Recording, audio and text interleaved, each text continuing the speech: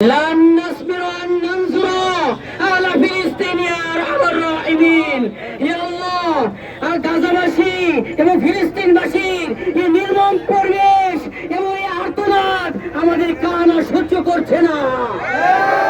হে আল্লাহ, আমরা চাই তুমি এই ইসরায়েলের যে প্রেসিডেন্ট নেতানিয়াহু তার উপর এমন তুমি আযাব নাযিল করো, বিশ্ববাসী এটাকে দেখে নেক যে মুসলমানের সঙ্গে কেউ যদি এমন আচরণ করে তার পরিণতি এমন হতে পারে।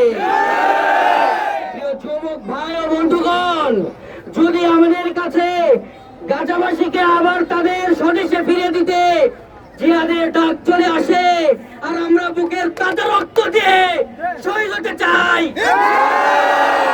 কে কে রাজি আছে? আমরা উপরে হাত তুলে আমার যুবক ভাইরা সাহায্য উত্তোলন করেছে, সাহায্যের তামান্না নিয়ে আমাদেরকে বেঁচে থাকার তৌফিক আতা ফরমাও। যখনই জিহাদের ডাক চলে আসবে আমরা যেন জিহাদ করে শহীদ তামান্না বরণ করতে পারি। বাংলার জমিনে আমরা আমেরিকান এম্বাসি চাই না, চাই না, চাই না।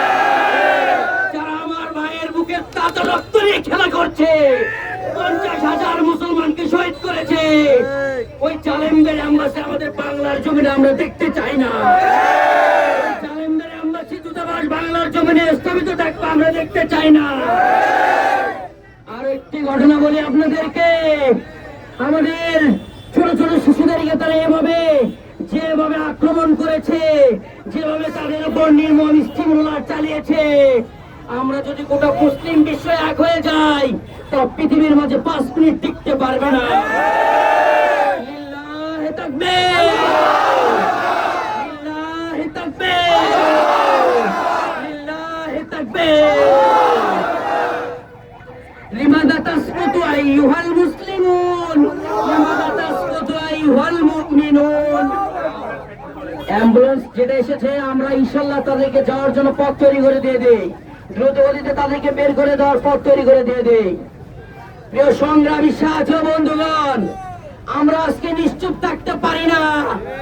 ওয়াজিবু আলাইনা আন নুজাহিদা আলা ইসরাইল ও আমেরিকা। আমাদের উপর আজকে জিহাদ ফরজ হয়ে গিয়েছে ইসরায়েল এবং আমেরিকার বিপক্ষে যুদ্ধ করার জন্য। যুদ্ধের ডাক যদি চলে আসে আমরা যুদ্ধের রণাঙ্গনে যাওয়ার জন্য প্রস্তুত আছি, আমরা যুদ্ধ করে শহীদ হতে রাজি আছি। আমরা আমাদের ফিলিস্তিন এবং গাজাবাসীদেরকে তাদের স্বদেশে আবারও ফিরিয়ে দিতে কারা কারা শহীদ হতে রাজি আছে আত্মোত্তোলন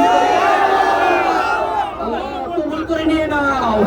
আল্লাহুম্মা আইসা আহলে গাজা ইয়া আরহামার রাহিমিন, আল্লাহুম্মা আইসা আহলে গাজা ইয়া আরহামার রাহিমিন।